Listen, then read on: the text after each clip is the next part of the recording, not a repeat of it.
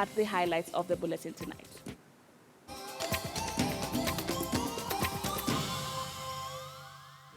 Tunataka MCA kwanza. Roteho kiwa moyo. MP. Tunaweza ngoja mpaka saa ngapi hata kama ni usiku mtuambie. Tunataka ni MCA tunataka kwanza na yeye. Tallying of votes underway after day of delays and hitches in Kakamega ODM primaries. Aspirant arrested at Kilgoris in Narok County amid ballot stuffing allegations. 24 years after Black Hawk down, US sends troops to Somalia again to help war on terror.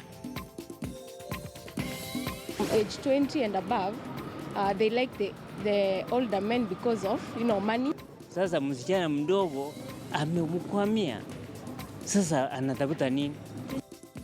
And why your so-called sponsor may be spreading HIV across your estate.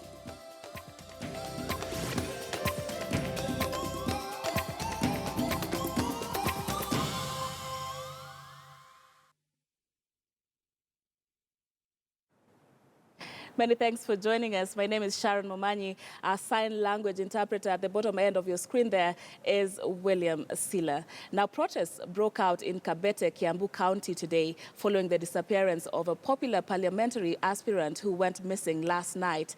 Charles Chege's bullet-riddled vehicle was found early this morning in Gitaru ward within the constituency in an occurrence that many now say could be politically instigated. Timothy Otieno with more.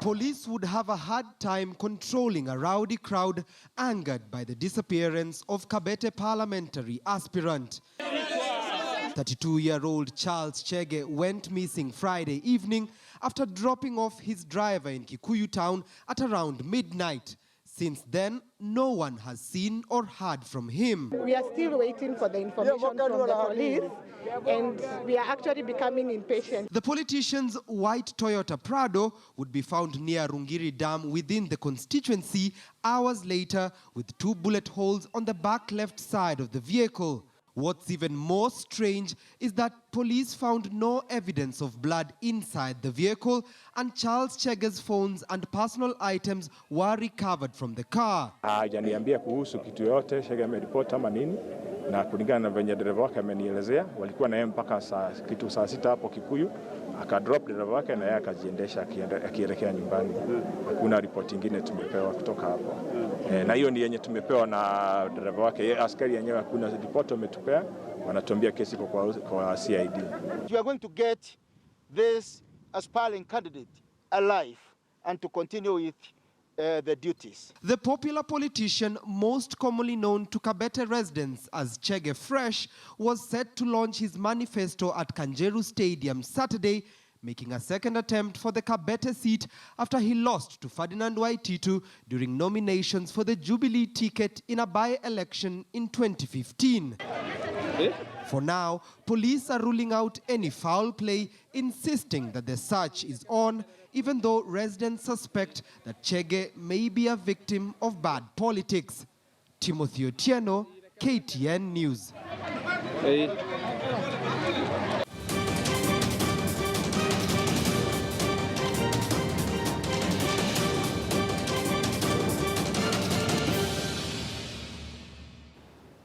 All right, and you do remember that today we had the ODM primaries taking place in Narok County as well as Kakamega County. And from Narok County now we want to cross over live to Mashariani Primary School in Narok North constituency to link up with our reporter Chris Thairu. And good evening to you, Chris.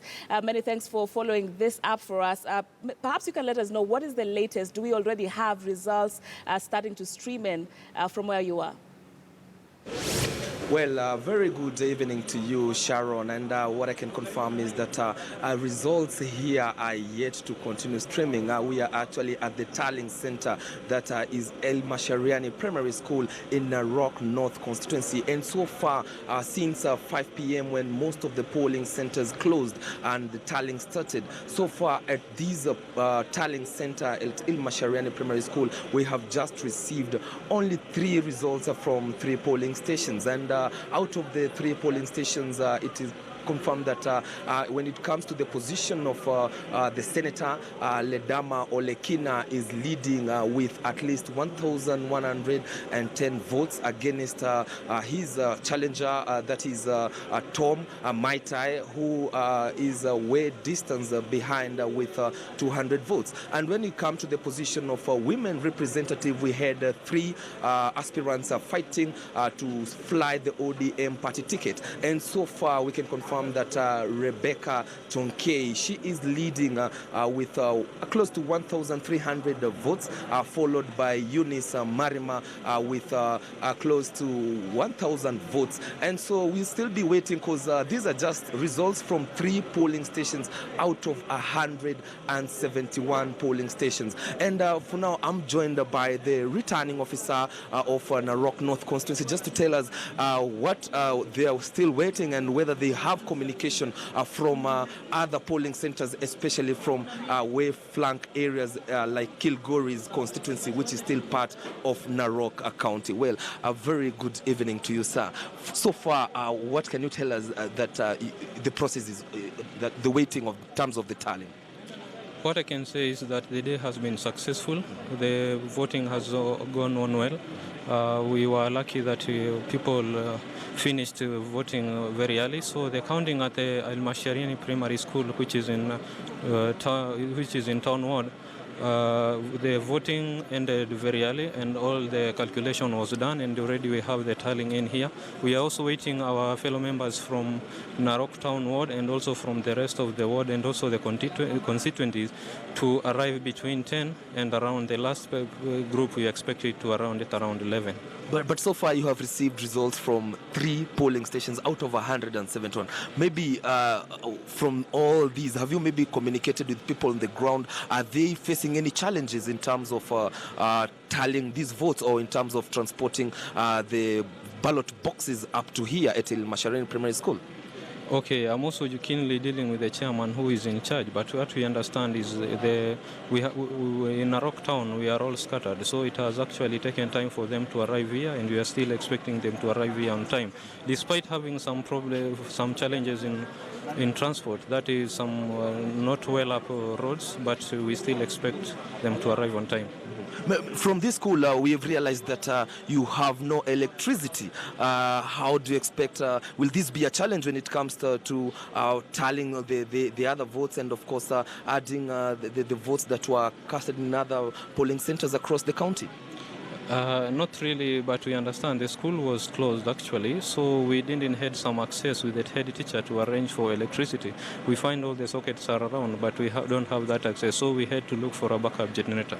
Okay. And maybe my last question will be, how can you assure the voters who woke up early from 8 that maybe coming from what we experienced in Busia, where there were delays in Teso South and Teso North in terms of bringing in votes to be tallied at the tallying center, that nothing sinister is happening behind the scenes? We are very appreciative because our chairman was taken under, through a very nice training. So they also take their time to advise the clerks and also other people. So all assemble, all they arrive all early in the polling centers. They arrange all the material ready, and the day was that successful. We haven't had any type of features or pullback on the process. Okay, we'll be waiting, and let's hope that all will be well, because we'll still be here until you declare who will be the winner. Thank you. Well, Sharon, as you correctly put it, had, that is that we'll still be here waiting for the other PROs to arrive here at Ilmashareni Primary School, which is the tallying center, so that the whole process can continue. For now, nothing much is ongoing, but at least behind me there is a curious crowd of people still waiting for the results, and there's still that challenge of electricity here.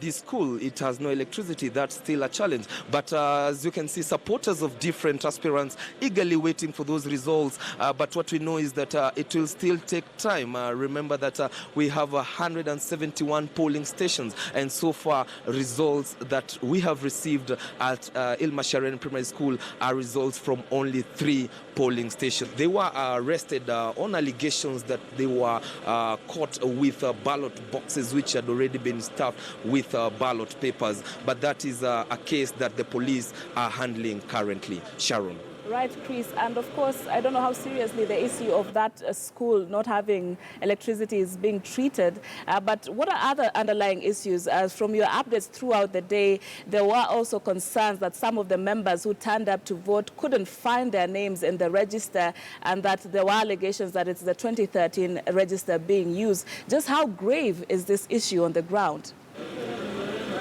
Well, it was an issue that had affected most of the polling centers since 8 in the morning. And what we came to learn is that the party was using the 2013 IEBC register. So those who had already registered after 2013 could not find their names. But this was resolved by the party when they were allowed to use their identification card. And if you're a member of the party, you just send an SMS. And of course, it comes with a message back to you indicating that whether you are a member of ODM or not. And that issue was resolved, but although it took time for the party to resolve that issue, but it was resolved. Also, some challenge that maybe some of the polling centers that are way out of Narok town, it's that there were issues to do with a low voter turnout. Remember that drought issues, and remember that in Narok County, it's a pastoralist community, and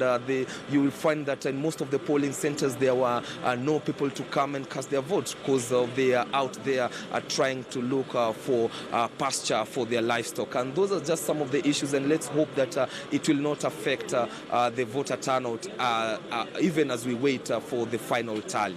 Sharon. Right. Many thanks, Chris Tairu there, just reporting for us from the El Mashariani Primary School in Narok North constituency, where the tallying has started there. He tells us that just 3 out of the 171 polling stations have started having their results in. So we shall be keeping tabs with him to see just how this develops. And of course, on the other side of the country, that is at Kakamega County, the same exercise was taking place. And we have a senior political affairs reporter, Duncan Khaemba, who now joins us from Mukumu Girls in Shinyalu constituency. Many thanks for keeping us up to date all throughout the day, Duncan Khaemba. And what is the latest from there? Do we have results streaming in yet?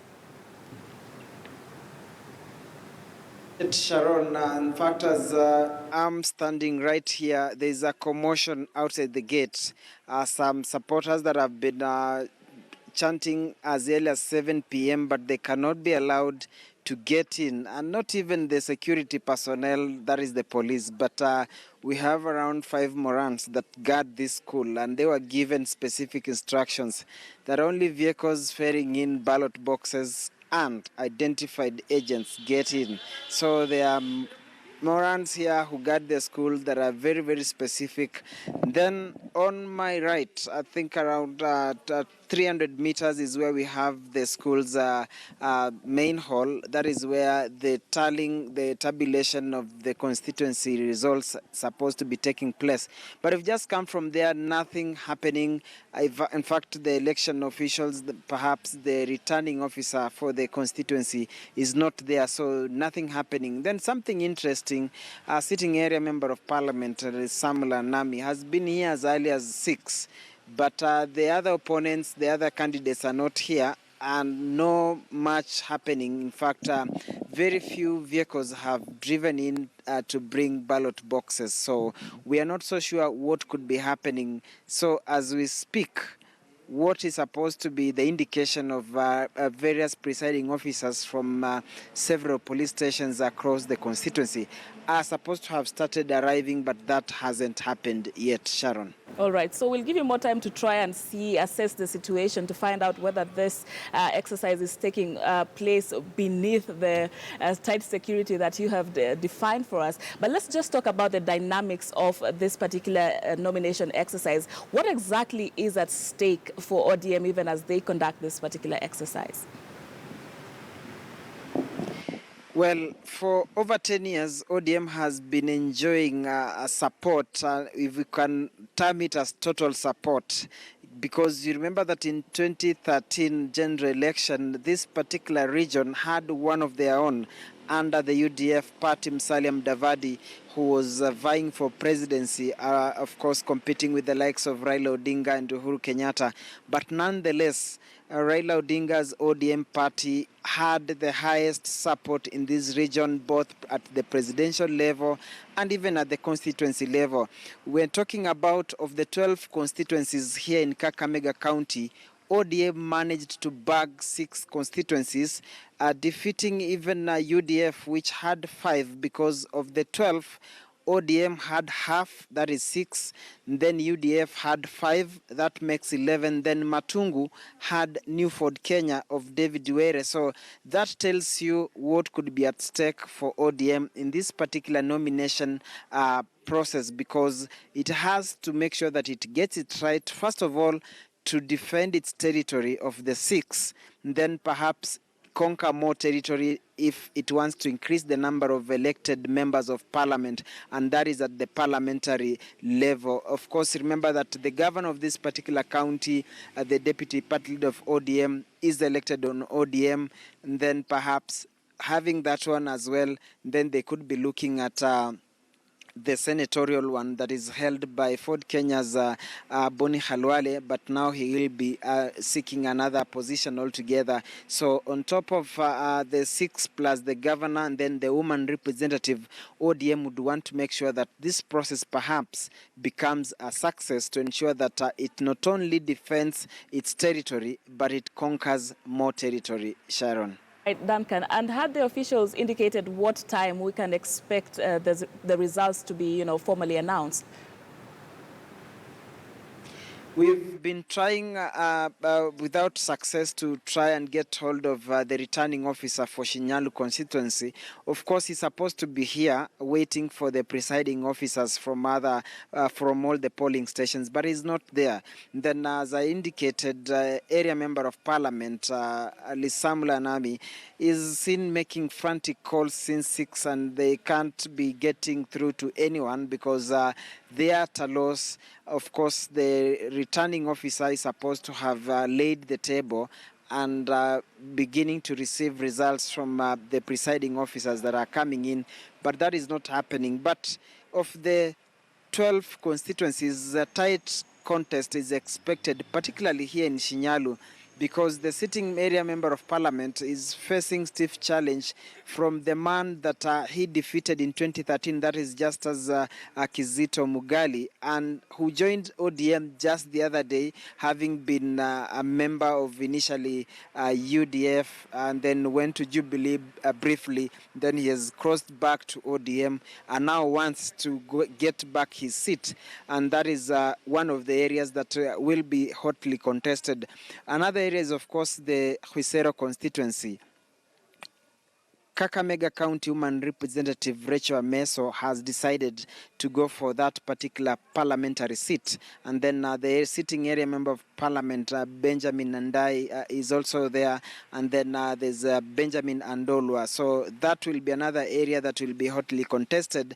And again, Lurambi constituency. So those 3 areas, and not forgetting Butere again, could be some of the areas that we'll be expecting a lot of dramatic results tonight, Sharon. Right, many thanks. Duncan Hayemba there, just joining us from Shinyalu Constituency Tallying Center. We hope we can get more communication from the party officials down on the ground, from the presiding officer who he says have been MIA, so that we can get more information from that end. Let's move on now. And speaking of ODM nominations, Busia County Governor Sospeter Ojamong says he won the ODM party primaries on Thursday against his rival Paul Otuoma in a free and fair manner. However, Ojamong says he is ready for a repeat after the ODM National Elections Board nullified the gubernatorial results, citing massive irregularities. Uchaguzi yetu ya mashinani ilifanyika kwa njia ya halali. Wenye wameshinda ndio hawa. Wale ambao walishindwa pia tunataka kuwaleta on board, ndio tuende kama familia ya Busia County. Tuko tayari hata kesho ikiwa watasema turejelee, lakini hakuna sababu ya kupeana labda ODM. Unajua mtu mwenye anaishi Nairobi juu haelewi maneno ya Busia vile yanaendelea. Kwa hivyo, lakini ukiona hii timu kama ni wabunge 7 wote ambao wako kwa kampi yangu wameshinda, ma MCAs zaidi ya 80% ambao wako kwa kampi yangu wameshinda, wale wengine pia ambao walikuwa kwa upande ule ngine, lakini tumerudi sasa kama familia ya ODM. Tunataka tuende pamoja. Kwa hivyo sioni kama kuna shida yoyote hata kama ni kurudia. And the counting of votes in Turkana County ODM party primaries is ongoing. Earlier in the day, 2 polling stations in Turkana's central constituency were closed after aspirants claimed that some of their rivals were ferrying voters to the stations and that polling clerks had allowed people to vote without using the register. There was also tension when some polling stations in Lodwar Township were opened late, with some voters claiming the delay was a scheme to rig the elections. ODM National Elections Board regretted the late distribution of election materials in the areas. Now, Turkana Governor Josephat Narok was given a direct nomination for lack of an opponent. Others who got direct nominations include Turkana Central MP John Lodepe and Dr. Malik Ekal.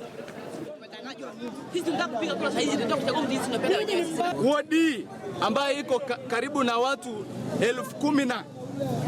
Tunashangaa leo kwa polling station ni majina 100 peke yake ndio zinapatikana pale ndani. Ilikuwaje? Vijana wamekuja kupiga kura, wamama wamekuja kupiga kura, walipofika pale wakaambiwa kwamba majina zao haziko pale. Wakasema kwamba kwa ile njia ambayo ni ya heshima walikuwa wanaomba watumie kipande kupigia kura. In Samburu West constituency, polling was marred by confusion after an aspirant stormed a polling station in Maralal town and demanded a stop to the exercise. Etes Amu, who is seeking nomination to contest for Maralal ward, claimed that his opponent, Irene Leshore, was collaborating with the returning officer to campaign and mobilize people in her favor. The MCA aspirant also accused his opponent of running campaigns near a polling station and threatened not to accept the election results. However, the elections returning officer, Collins Lembey, ordered for the nomination exercise to continue after it was paralyzed for an hour following the altercations. ODM wanapatia aspirant mwenzangu namna ya kwenda ku campaign outside the poll stations, anapeleka watu kana mobilize watu, anasema ni mkutano wa election ya mtu mwingine. Tunaelewana na hii kitu, tuliagree sisi we stay in poll station, sisi wote tukae pahali pamoja tungoje results, lakini wewe tunangojea results ya amesunguka huko nje yote na hako na returning officer ndani ya hiyo gari. They signed a code of conduct. They know to behave themselves during elections. If they have the complaints, they will bring them later and we will look for them. As per here, there is no any complaint here. The process is good. The only complaint they are saying about blocking voters, it is not this station. So this station should go on. The stations with the complaint, we will deal with them.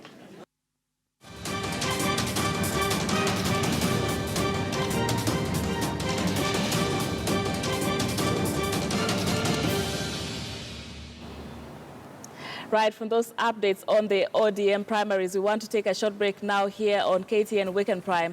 But before we do that, let's remind you of our Saturday night poll. And tonight we're asking you, do you agree with findings that indicate the so-called sponsors are responsible for high rates of HIV among younger women? This is a story that is coming right after the break with our Dr. Mercy Korir indicating that this sponsor effect, as we have come to call it, is causing an increase in HIV infections among younger women in the country. So just